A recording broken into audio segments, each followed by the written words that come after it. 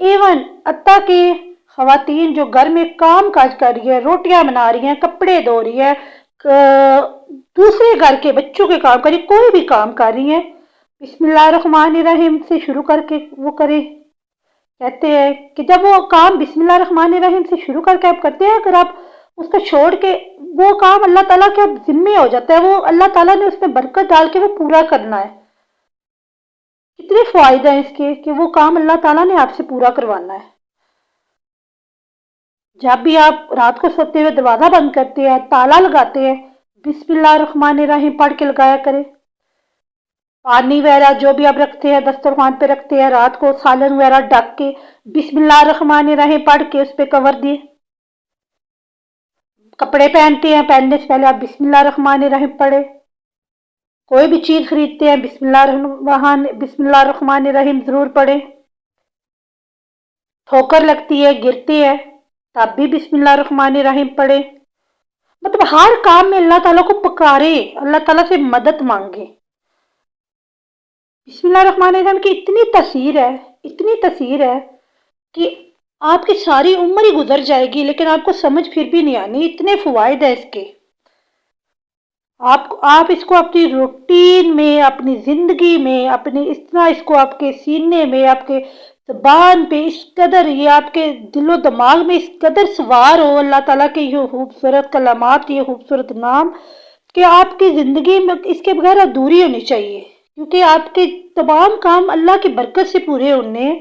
جب جو کام اللہ تعالیٰ کی برکت سے پورے ہوں، جس کام میں اللہ تعالیٰ کی مدد شامل ہو، دنیا کی کوئی طاقت آپ کو نقصان پہنچا ہی نہیں سکتی۔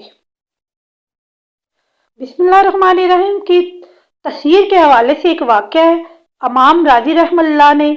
تفسیر کبیر میں لکھا ہے کہ ایک مرتبہ حضرت عیسیٰ علیہ السلام کا گزر ایک قبر پر ہوا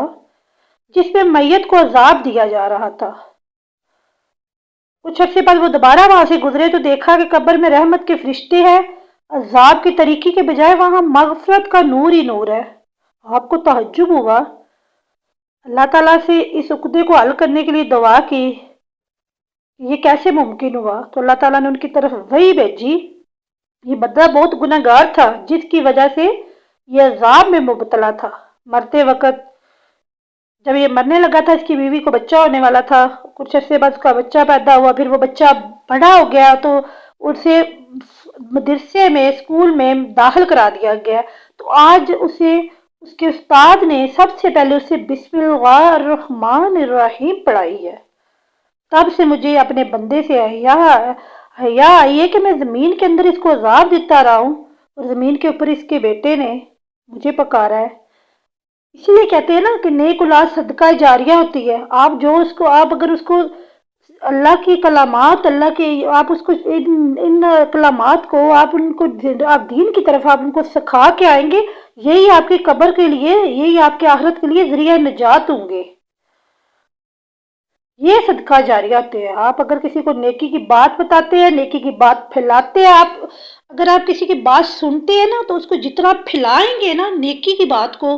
وہ آپ کے لیے بھی صدقہ جاریہ ہوگی۔ وہ نہ صرف ہمارے لیے نہیں ہوگی، جو کہہ رہا ہے اس کے لیے نہیں ہوگی، بلکہ جو اس کو شیئر کرتا جاتا ہے نا، کسی چیز کو آپ کسی سے شیئر کرتے ہیں تو وہ چیز باقی کوئی بات ہوتی ہے، جیسے کوئی راز کی بات ایک کو بتاتے ہیں دوسرے تک پہنچ جاتی ہے نا، بالکل اسی طرح نیک باتیں جو ہوتی ہیں نا، جو دین کی باتیں ہوتی ہیں، آپ ایک دوسرے سے شیئر کیا کریں۔ جتنی آپ انہیں شیئر کریں گے نا، وہ آپ کے لیے بھی صدقہ جاریہ ہوں گی، اس کا ثواب آپ کو بھی ملتا رہے گا۔ پیاری بہن بھائیوں، جب بھی کوئی اچھی بات سنے، جب بھی کوئی اچھی بات دیکھے، اس پہ عمل بھی کرے، اس کو آگے بھی بتایا کرے، تاکہ وہ آپ کی آخرت کا بھی ذریعہ ہو جائے۔ یہ دنیا چند لمحوں کی ہے، اگلا سانس آئے یا نہ آئے ہمیں کوئی پتہ نہیں ہے اس کا۔ آج ہاں ہے، کل نہیں ہوں گے۔ جاننا کیا ہے ہمارے ساتھ؟ نہ ہماری دولت جائے گی، نہ ہمارے پیسے جائیں گے، نہ ہماری اولاد جائے گی، نہ ہمارے ساتھ کچھ اور جانا ہے، صرف کفن پہننا ہے اور چلے جانا ہے۔ اور جاننا کیا ہے؟ وہی اعمال جو ہم اچھے کر کے جائیں گے۔ برے مال تو ان کی تو سزا آلریڈی ملنی ہے نا۔ ذریعہ نجات جو ملنا ہے نا، ذریعہ نجات،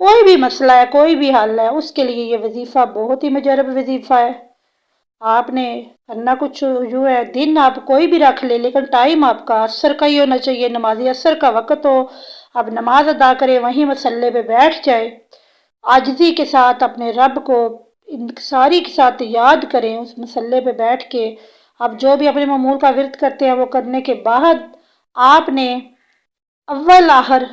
درود پاک 3 دفعہ یا 5 دفعہ یا 7 دفعہ تعداد میں آپ ان کو پڑھیں، جتنا آپ بآسانی پڑھ سکتے ہیں۔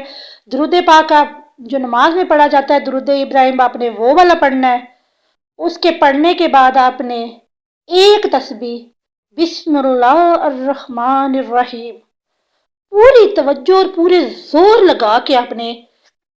کہ آپ کو ایسے لگے کہ ایک ایک حرف پہ آپ کے اندر آپ کے منہ میں مٹھاس آنی چاہیے، اتنا اس پہ فوکس کریں، ایک ایک حرف میں آپ کو ایسے لگے ایک ایک حرف آپ کچھ طاقت ہے جو آپ کو غیبی طاقت ہے جس کو آپ پکار رہے ہیں، اللہ کی طاقت کو آپ کو جب پکار رہے ہیں تو پوری آپ اس پہ توجہ دے کے بسم اللہ الرحمن الرحیم بسم اللہ الرحمن الرحیم، اور بالکل آہستہ آہستہ، یہ نہیں کہ یہ تسبیح کے دانے ایسے فٹافٹ فٹافٹ دڑا دڑ گر رہے ہیں، یہ نہیں، آپ نے جب آپ نے ٹائم نکالنا ہے نا اپنے لیے تو پوری توجہ سے نکالے۔ ایک تسبیح آپ نے بسم اللہ الرحمن الرحیم ٹائم لے کے آہستہ سے آپ نے آہستہ آہستہ پڑھنی ہے، اول آخر 3 دفعہ 5 دفعہ 7 دفعہ جتنی دفعہ آسانی سے پڑھ لے درود ابراہیم، ایک تسبیح بسم اللہ الرحمن الرحیم کی آپ نے یہ پڑھ کے آپ نے انتہائی عاجزی کے ساتھ اللہ تعالیٰ کو آپ نے پکارنا ہے، آپ نے سجدے میں گر کے پکارے، آپ بیٹھ کے آسانی سے پکار سکتی ہیں، یا اللہ یا رحمان یا رحیم، یا اللہ یا رحمان یا رحیم، اللہ کی رحمت کو آپ نے اپنی طرف کھینچنا ہے، اپنی طرف آپ نے اللہ کو اپنی طرف آپ نے توجہ اپنی طرف کروانی ہے، ذہن میں آپ کا مقصد ہو، دل دماغ آپ کا اللہ کی طرف لگا ہوا ہو، تو انشاءاللہ تعالی اگر آپ توجہ سے کریں گے 24 گھنٹے کے اندر اندر آپ کی یہ 24 گھنٹے کیا اگر اللہ کو آپ اپنی طرف متوجہ کریں تو چند سیکنڈ میں اللہ تعالیٰ اسی وقت ہی قبول کر لیتا ہے۔ تو انشاءاللہ تعالیٰ آپ 24 گھنٹے کے اندر اندر آپ کی وہ جو بھی آپ کا مسئلہ جس پہ آپ نے فوکس کیا ہوگا وہ حل ہو جائے گا، رشتے کا ہے، روزی روٹی کا ہے، بچوں کا ہے، جو بھی مسائل جتنے بھی میں نے بیان اس سے زیادہ بھی ہے، جتنے بھی دنیا میں آپ کے ارد گرد آپ کے اپنے مسئلے آپ کے گھروں میں ہیں تو آپ کا اس پہ توجہ ہو تو انشاءاللہ تعالیٰ وہ حل ہو جائے گا۔ اگر آپ کا مسئلہ حل ہو گیا تو آپ اس وظیفے کو اپنی روٹین کی زندگی میں بھی رکھ سکتی ہیں، کبھی کبھی کر لیا کریں تاکہ آپ کی روانی پکی رہے، آپ کی ایک جو روانی ہے نا وہ ایک توجہ وہ ایک طرف لگی رہے کہ چلے جی آپ 15 دن بعد 10 دن بعد اللہ تعالیٰ کو آپ نے پوری توجہ سے پکار ایک دفعہ آپ اپنے مسائل کی طرف آپ اگر آپ کے مسئلے مسائل آپ لوگوں سے بیان کرنے کے بجائے اللہ سے گالیاں کریں تو اس کو اس کے ناموں سے اس کو اس کے انتہائی پیار سے خوبصورتی سے پکاریں تو وہ آپ کی طرف متوجہ ہوگا۔ جیسے ہم اب کسی کے آگے کھانا رکھتے ہیں نا، مہمان آتا ہے، اسپیشل مہمان آتا ہے، جب باقاعدہ وہ اگر آپ سویٹ ڈش بھی بنا رہے ہیں نا تو اس کے اوپر اتنی وہ ہر قسم کے میوہ جات کی ڈیکوریشن کی ہوتی ہے، گھر کی ڈیکوریشن کی ہوتی ہے، گھر کو سجایا ہوتا ہے، اس لیے سجایا ہوتا ہے کہ آنے والے کا دل خوش ہو جائے، ہمیں وہ آنے والے کے ہم جس طرح وہ اس کو